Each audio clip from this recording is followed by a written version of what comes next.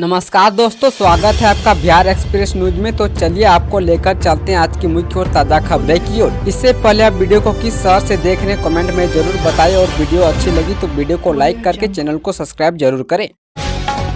CM Nitish की अचानक बिगड़ी तबीयत, सभी कार्यक्रम हुए रद्द। बिहार के मुख्यमंत्री नीतीश कुमार की तबीयत अचानक बिगड़ गई है। सीएम नीतीश की तबीयत बिगड़ने से सभी कार्यक्रम रद्द कर दी गई है। शुक्रवार की सुबह यह बड़ी खबर सामने आ रही है कि सीएम नीतीश की तबीयत बिगड़ गई है, जिसके कारण उनकी सभी कार्यक्रमों को रद्द कर दिया गया है। सरकार ने दिया नए साल से पहले बड़ा तोहफा, सैलरी में होगी बम्पर बढ़ोतरी। मुख्यमंत्री नीतीश कुमार के अध्यक्षता में हुई कैबिनेट बैठक में 43 महत्वपूर्ण एजेंडों पर मुहर लगाई गई है। बैठक में राज्य सरकार के सरकारी सेवकों, पेंशन भोगियों और पारिवारिक पेंशन धारकों के लिए महंगाई भत्ते में वृद्धि से कई बड़े फैसले लिए गए हैं। इसके अलावा शिक्षा और बाल विकास के क्षेत्र में भी अहम निर्णय लिए गए हैं। राज्य सरकार के पंचम केंद्रीय वेतनमान में वेतन पेंशन प्राप्त करने वाले सरकारी कर्मचारियों और पेंशन भोगियों को अब 443% की जगह 455% महंगाई भत्ता मिलेगा। यह वृद्धि 1 जुलाई 2024 से लागू होगी। बिहार की बदल जाएगी तस्वीर, किसानों को होगा लाखों का फायदा। बिहार के बाढ़ ग्रसित इलाकों के लोगों के लिए राहत भरी खबर है। प्रदेश के कई हिस्सों में बार बार आने वाली बाढ़ की समस्या से निपटने के लिए नीतीश सरकार ने फुलप्रूफ प्लान तैयार किया है। मुख्यमंत्री नीतीश कुमार के नेतृत्व में राज्य सरकार ने 3 प्रमुख नदियों पर ब्रिज बनाने का फैसला लिया है। महानदा, बागमती और कमला नदी पर नए ब्रिज बनाए जाएंगे। नीतीश की कैबिनेट बैठक में घोषित इस पहल से बाढ़ प्रभावित क्षेत्रों को महत्वपूर्ण राहत मिलेगी। बिहार में अफसरों का जंगल, आज विधायकों की भी नहीं सुनते 5 लोग चला रहे सरकार। जनसुराज के प्रशांत किशोर ने एक बार फिर नीतीश कुमार और उसकी सरकार पर हमला किया है। उन्होंने कहा कि बिहार में अफसरों का जंगल राज चलता है। नीतीश कुमार समेत 5 लोग सरकार चला रहे हैं जो विधायकों की भी नहीं सुनते हैं। लालू के जंगल राज में अपराधी हथियार से डराकर लुटते थे। नीतीश राज में अफसर कलम से वही काम करते हैं।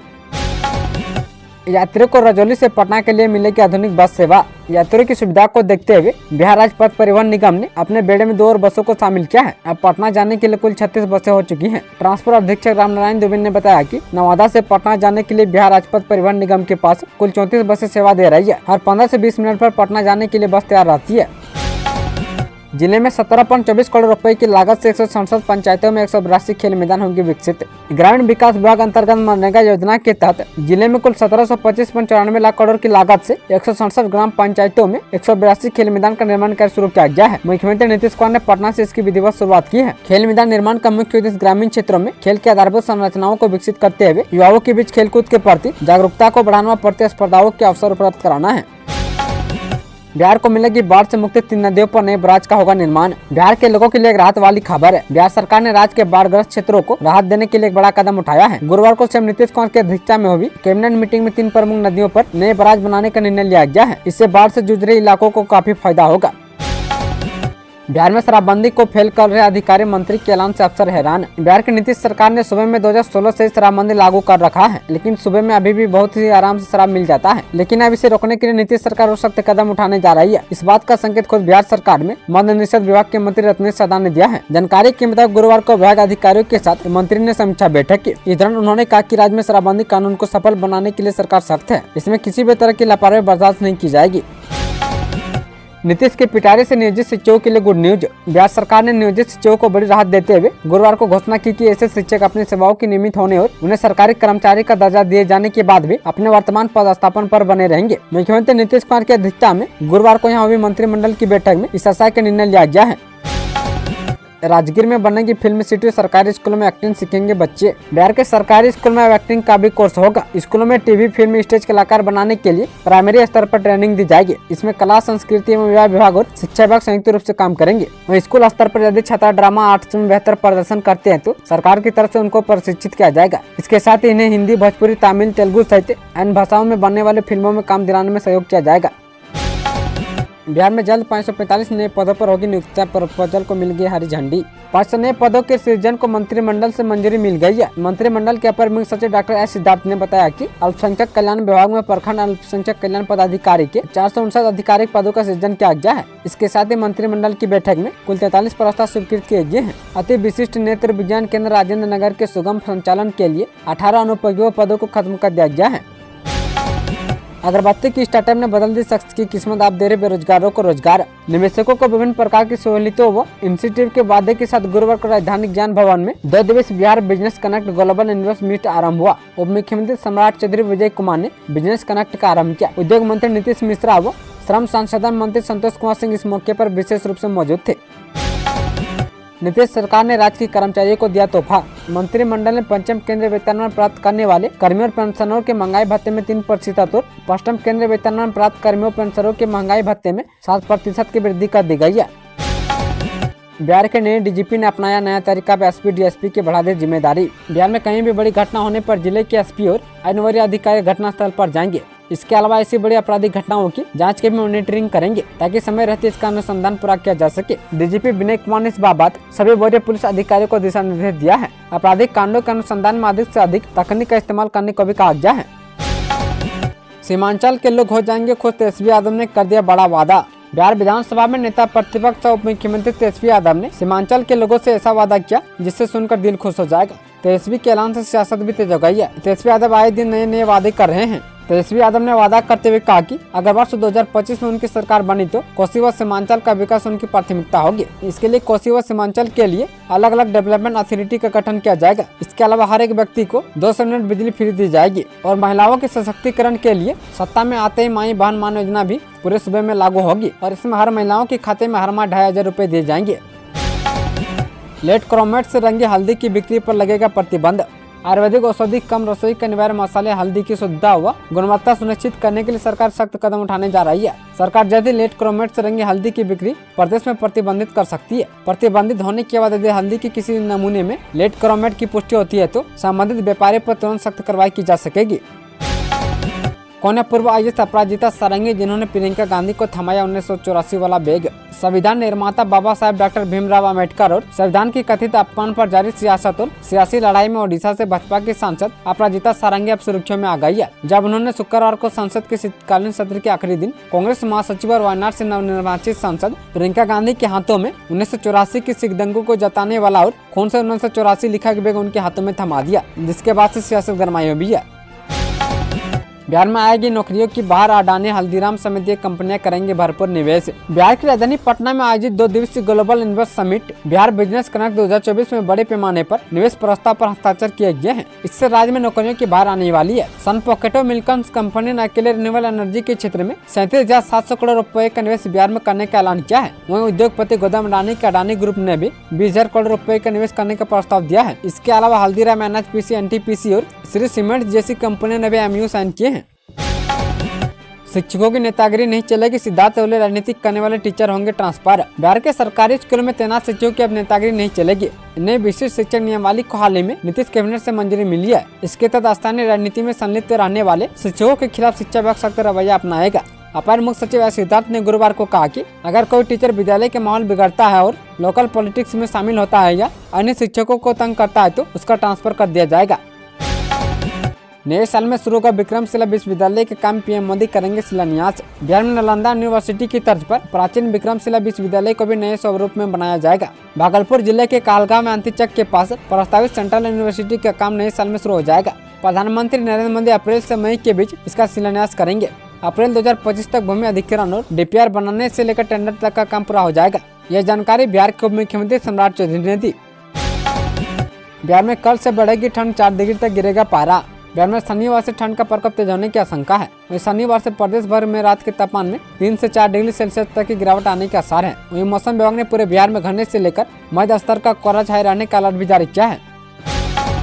दरभंगा एयरपोर्ट पर अब रात में भी उतरेंगे विमान। एयरफोर्स से एनओसी की प्रक्रिया शुरू। बिहार के उत्तर बिहार के प्रमुख एयरपोर्ट दरभंगा में अब रात में भी विमानों की आवाजाही शुरू होगी। दरभंगा एयरपोर्ट पर नाइट लैंडिंग शुरू करने की प्रक्रिया जारी है। इसके लिए एयरपोर्ट की ओर से एयरपोर्ट अथॉरिटी को एनओसी दिए जाने का काम शुरू हो गया है। यह जानकारी दरभंगा से सांसद व लोकसभा भारतीय जनता पार्टी की सचेतक गोपाल जी ठाकुर ने गुरुवार को दी।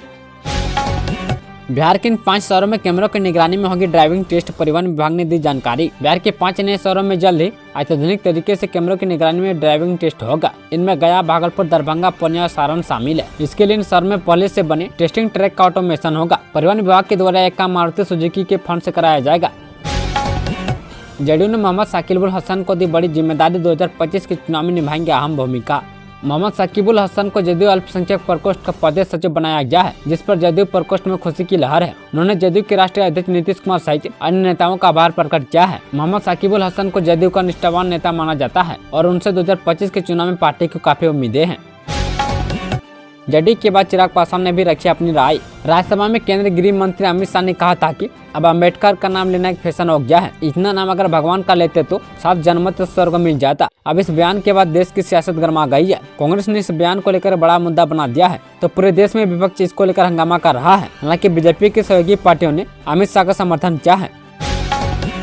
गृह मंत्री अमित शाह के बयान पर गरमाई राजनीति। औरंगाबाद में कांग्रेसियों ने किया पुतला दहन। औरंगाबाद में गुरुवार को शहर के रमेश चौक पर कांग्रेस नेताओं ने गृह मंत्री अमित शाह का पुतला दहन किया। इस विरोध प्रदर्शन के अध्यक्षता जिला अध्यक्ष राकेश कुमार और पप्पू सिंह ने की। इस दौरान कांग्रेस के सभी नेताओं ने समानालय स्थित कांग्रेस कार्यालय के पास से दर्जनों की संख्या में कांग्रेस कार्यकर्ता एकत्रित होकर प्रधानमंत्री नरेंद्र मोदी व गृह मंत्री अमित शाह के विरुद्ध नारेबाजी करते हुए रमेश चौक पहुंचे, जहां पर नारेबाजी करते हुए गृह मंत्री अमित शाह का पुतला दहन किया। पटना मेट्रो को लेकर आया बड़ा अपडेट। सामने आई स्टेशन की तस्वीर। पटना में 15 अगस्त 2025 से मेट्रो का परिचालन शुरू हो जाएगा। बिहार के सीएम नीतीश कुमार अपने ड्रीम प्रोजेक्ट का उद्घाटन करेंगे। फर्स्ट फेज पटना मेट्रो का परिचालन मलाही पकड़ी से ISBT तक किया जाएगा। शुरुआत में पटना मेट्रो वॉकी टॉकी के सहारे चलेगी। समय पर इस परियोजना को पूरा करने के लिए बिहार सरकार और DMRC के अधिकारी अरी चोटी का जोर लगा रहे हैं।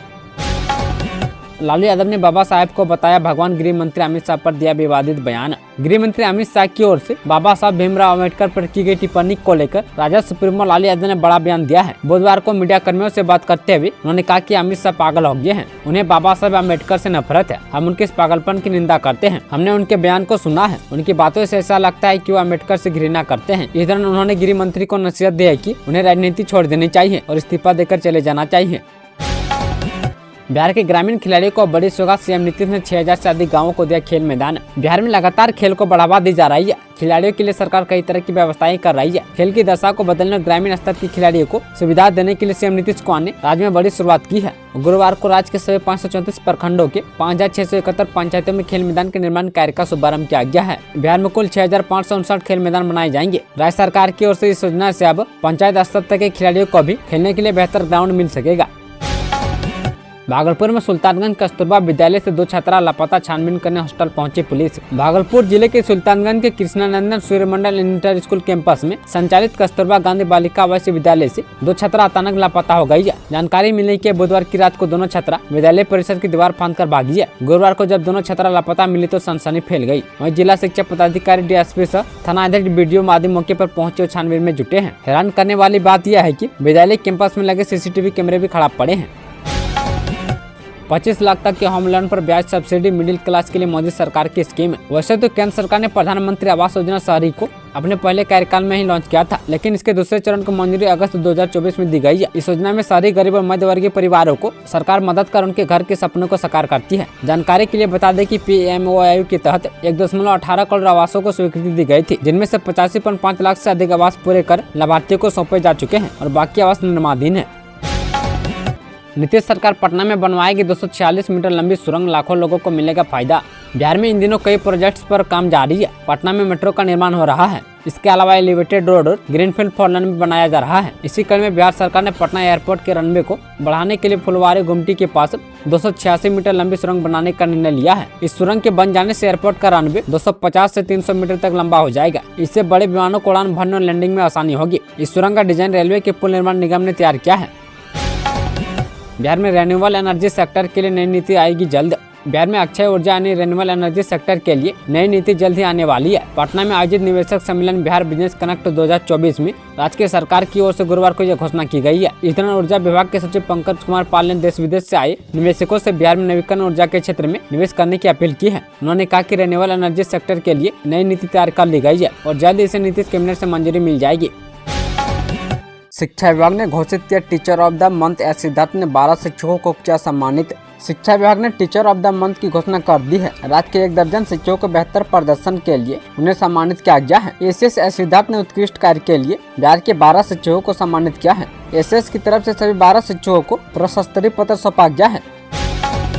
लो हो गई देश के 80 करोड़ लोगों की चांदी। फ्री राशन के साथ मिलेंगे 1000 रुपये। अगर आप फ्री राशन के लाभार्थी हैं तो यह खबर आपके लिए है, क्योंकि सरकार अब राशन कार्ड पर सिर्फ गेहूं, चना, चावल जैसे खाद्य पदार्थ नहीं मुफ्त देगी, बल्कि 1000 रुपये देने की योजना बना रही है। हालांकि इस धनराशि का लाभ केवल ऐसे लोगों को मिलेगा जिन्होंने EKYC कराई हुई है। हालांकि इसके लिए कुछ शर्तों का भी लाभार्थियों को पूरा करना होगा। मीडिया रिपोर्ट्स के मुताबिक ये धनराशि मिलने की घोषणा नए साल से पहले होने की संभावना जताई गई है।